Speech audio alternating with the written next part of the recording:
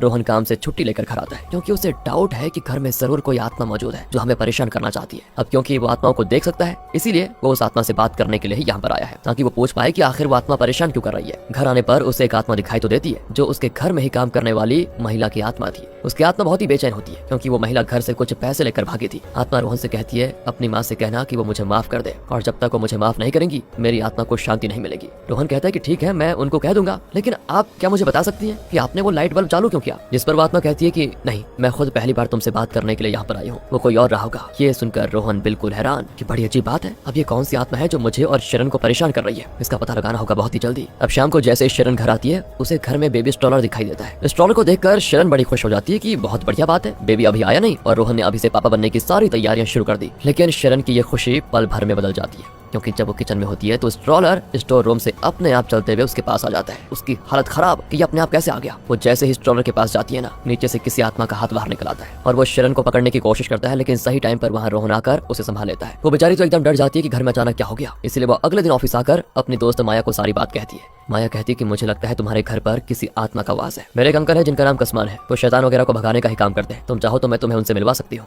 शरण अब कस्मान से मिलने जाती है जो खुद भी रोहन की तरह आत्माओं को देख सकता है। वो शरण से कहता है कि तुम घबराओ मत, मैं आज ही तुम्हारे घर पर आ जाऊंगा और तुम्हारे घर में जो भी ये प्रॉब्लम हो रही है उसे मंत्रों से प्रोटेक्ट करूंगा। उसके बाद देखना तुम कोई भी आत्मा तुम्हारे घर में घुस नहीं पाएगी। इसके बाद कस्मान झाड़ू लेकर घर आता है और अजीब तरह से मंत्र को पढ़ते हुए वो घर में कुछ करता है। तभी रास्ते में उसे वो आत्मा दिखाई देती है जो घर में मौजूद है। इसलिए कस्मान उस पर चिल्लाते हुए कहता है कि चले जाओ यहाँ से, ये घर के लोग अच्छे इंसान है, इन्हें परेशान मत करो। शरण को डाउट भी हो रहा था कि क्या सच में जो ये आदमी कर रहा है, मतलब कस्मान कर रहा है, ये असली है भी या नहीं। मतलब वो जो भी मैजिक कर रहा था अभी शरण को उस पर डाउट था। लेकिन कस्मान अपना काम करने के बाद शरण से कहता है तुम्हारा घर प्रोटेक्ट हो चुका है, अब कोई भी आत्मा तुम लोगों को परेशान नहीं करेगी। कस्मान इसके बाद दोस्तों चला जाता है वहाँ से। अब कस्मान जैसे घर की ओर आ रहा होता है तभी उसकी गाड़ी में वही आत्मा घुस जाती है जो रोहन के घर में मौजूद थी। कस्मान की हरकतों से उसे गुस्सा आ चुका था, इसीलिए वो गाड़ी का एक्सीडेंट करवाकर बेचारे कस्मान की जान ले लेती है। उसे मरते ही जो उसने प्रोटेक्शन लगाई थी उसके घर में वो टूट जाती है, जिससे घर का प्रोटेक्शन अब खत्म हो जाता है। इसीलिए आराम से वो आत्मा उस बेबी स्ट्रॉलर को सीढ़ियों से नीचे गिरा देती है। आवाज को सुनकर शरण और रोहन दोनों की आंख खुलती है। शरण को समझ नहीं आता कि ऐसा कैसे हो गया, अभी कस्मान ने तो बताया था कि घर सब कुछ बढ़िया है, प्रोटेक्ट हो चुका है। तब ये सुनकर रोहन शरण से कहता है कि क्या बात कर रही हो,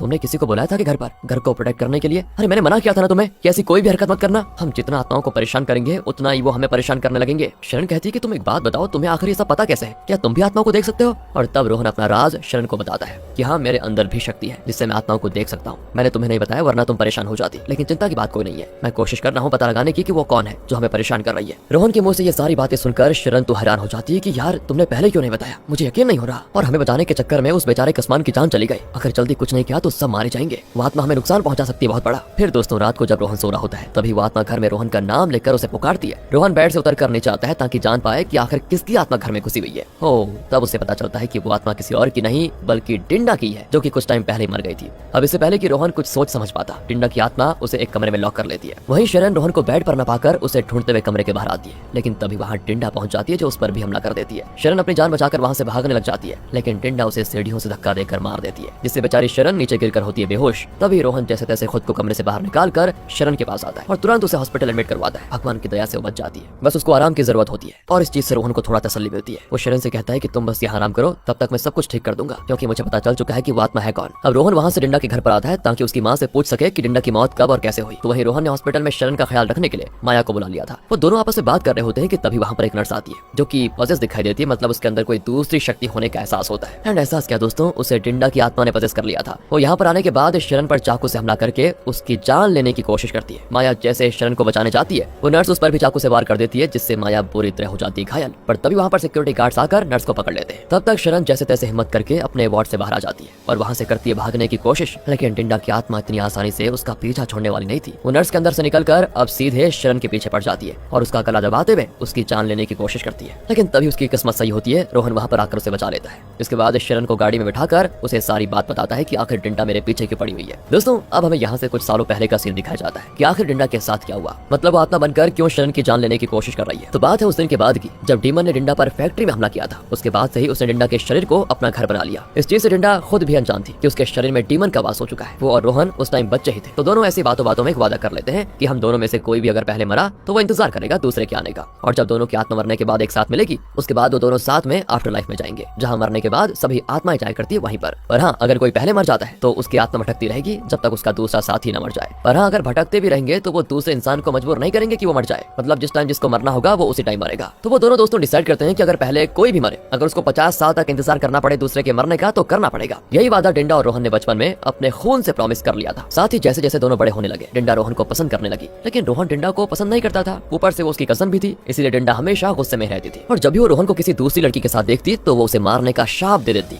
और उसके शाप में डीमन की वजह से ऐसा दम होता कि वो लड़की सच में मर जाती। डिंडा के सर पर जानवर सवार हो गया था रोहन को हासिल करने का, लेकिन तब रोहन की फैमिली दूसरे शहर जाकर बस गई। वहीं पर वो पढ़ाई करने लगा। रोहन की शादी शरण से फिक्स कर दी गई। डिंडा को इसके बारे में जैसे पता चला तो वो एकदम गुस्सा हो गई। उसके सर पे मानो जैसे खून सवार हो गया था। वो रोहन की शादी में जाने की जिद करने लगी। उसकी माँ ने उसे रोका भी कि तुम वहाँ नहीं जाओगी, मुझे पता है अगर तुम वहाँ पर गई तो शादी बर्बाद कर दोगी, भूल जाओ रोहन को, वो अपनी जिंदगी में आगे बढ़ चुका है। इतना कहकर डिंडा की माँ ने उसे एक कमरे में लॉक कर दिया। तब डिंडा को इतना ज्यादा गुस्सा आया कि उसके अंदर का डीमन उस पर हावी हो गया, जिसके बाद वो दरवाजा तोड़कर बाहर आई और सबसे पहले उसने अपनी माँ पर ही हमला कर दिया और फिर खुद की जान ले ली, क्योंकि ऐसे तो वो रोहन को पा नहीं सकी। कम से कम मरने के बाद ही सही वो रोहन की जिंदगी बर्बाद कर सकती है, जिससे तंग आकर रोहन खुद ही अपनी जान दे देगा और इस तरह से उन दोनों का जो प्रॉमिस था कि आफ्टर लाइफ में साथ जाएंगे वो पूरा हो जाएगा। यही डिंडा ने सोचा था। प्रेजेंट में ये सारी बातें सुनकर शरण एकदम से हैरान हो जाती कि अब डिंडा को कैसे रोका जाएगा। रोहन कहता है कि मैं जाऊंगा उससे मिलने उसकी दुनिया में, ताकि उसे समझा पाऊं कि जो वो कर रही है बहुत ही गलत है। अब रोहन शरण को डिंडा की माँ के पास छोड़ देता है और खुद उस पुरानी फैक्ट्री में चला जाता है जहाँ पहली बार डीमन ने डिंडा पर हमला किया था। तभी वहाँ पर डिंडा आकर रोहन पर हमला कर देती है, जिससे वो बहुत दूर जाकर गिर जाता है। इधर शरण जैसे सोकर उठती है, उसे रोहन कहीं दिखाई नहीं देता। वो परेशान हो जाती कि रोहन कहाँ चला गया। तभी वहाँ पर रोहन आ जाता है, लेकिन दुर्भाग्य से शरण उसको देख नहीं पाती। तब डिंडा रोहन को बताती है कि तुम्हें वो देख नहीं सकती, क्योंकि तुम्हारा शरीर तो अभी भी मरी हुई हालत में फैक्ट्री के अंदर पड़ा हुआ है। रोहन को तो सदमा लग जाता है कि नहीं, ऐसा नहीं हो सकता, मैं मर नहीं सकता। वो डिंडा से कहता है कि मिल गई तुम्हें खुशी, मुझसे मेरा परिवार छीनकर तुम यही तो चाहती थी ना। अरे हमने प्रॉमिस किया था, लेकिन तुम्हें खुद वो प्रॉमिस ठीक से याद नहीं है। हमने साफ साफ कहा था कि अगर कोई पहले मरता है तो वो तब तक दूसरे का इंतजार करेगा जब तक दूसरा खुद न मर जाए, और जो पहले मरेगा वो दूसरे को जिंदा में परेशान नहीं करेगा। लेकिन तुमने दोनों चीजें गलत की। तुम एक तो खुद की मौत से नहीं मरी, मेरी जिंदगी बर्बाद करने के लिए जबरदस्ती तुमने अपनी जान दे दी और अब मुझे भी यहाँ पर फंसा दिया। डिंडा कहती कि मैं तुमसे प्यार करती हूँ, तुम्हें पाने के लिए मैंने ये सब कुछ किया है, देखो ना अब हम दोनों एक साथ हैं। रोहन कहता है कि नहीं करती तुम मुझसे प्यार, तुम्हारे ऊपर सिर्फ जुनून था मुझे हासिल करने का। अगर तुम मुझसे प्यार करती ना तो कभी भी ऐसी गरीबी हरकत ना करती, तुमने मुझे मेरे परिवार से दूर कर दिया। वहीं असली दुनिया में दिखाते हैं तो शरण उस फैक्ट्री में जाती है जहाँ उसे रोहन जमीन पर पड़ा हुआ दिखाई देता है। उसकी सांसें अभी भी चल रही होती है। शरण तुरंत एम्बुलेंस को बुलाकर रोहन को एडमिट करवा देती है। जिसके बाद रोहन आत्माओं की दुनिया में डिंडा से कहता है कि सुनो डिंडा, मैं तुम्हारे आगे हाथ जोड़ता हूँ, अगर तुम सच में मुझसे प्यार करती हो ना तो मुझे मेरे परिवार के पास भेज दो वापस। ये सुनकर डिंडा को एहसास होता है कि रोहन सच कह रहा है, मैंने बहुत ही बड़ी गलती कर दी। रोहन से कहती है कि तुम टेंशन मत लो, मैं तुम्हें वापस शरण के पास भेज दूंगी और कभी तुम दोनों को परेशान नहीं करूंगी। लेकिन वो ये कर पाती, डिंडा के अंदर का डीमन उस पर हावी हो जाता है जो रोहन की जान लेने की कोशिश करता है। वहीं असली दुनिया में डॉक्टर्स ने शरण को जवाब दे दिया था कि हमें माफ कर दो, हम रोहन को नहीं बचा पाए। ये सुनते ही शरण के पैरों तले जमीन खिसक जाती है। वो रोहन की मरी हुई हालत में उससे कहती है कि तुम मुझे अकेला छोड़कर नहीं जा सकते, तुमने वादा किया था कि तुम एक अच्छे पति और पिता बनोगे। बेचारी शरण रोते हुए भगवान से प्रार्थना करती है कि रोहन को लौटा दो मुझे। तो वही रोहन उस डीमन के अंदर से डिंडा को समझाने की कोशिश कर रहा होता है कि डिंडा मैं जानता हूँ तुम मुझे सुन सकती हो, होश में आओ डिंडा, ये डीमन को हरा दो तुम। ये डीमन तभी तुम्हें कंट्रोल कर पाएगा जब तुम उसे अपने ऊपर हावी होने दोगी। तुम उस डीमन को हरा दो डिंडा। और फिर हिम्मत करके डिंडा आखिरकार उस डीमन को हरा देती है। इसके बाद तो वो रोहन के गले लगकर फूट फूट कर रोती है। रोहन कहता है कि सुनो, मेरा इंतजार करना, वादा भी तो पूरा करना है, लेकिन हाँ तब तक तुम यहाँ पर एक अच्छी और प्यारी सी आत्मा बनकर रहोगी। डिंडा मान जाती है। इसके बाद असली दुनिया में रोहन को होश आता है, जिसको देखकर शरण के आंसू रुकते नहीं। डॉक्टर भी हैरान होते हैं कि ये तो चमत्कार हो गया, पत्नी की प्रार्थना से भगवान ने उसकी बात सुन ली। और इसी मिक्स फीलिंग के साथ ये मूवी यहाँ पर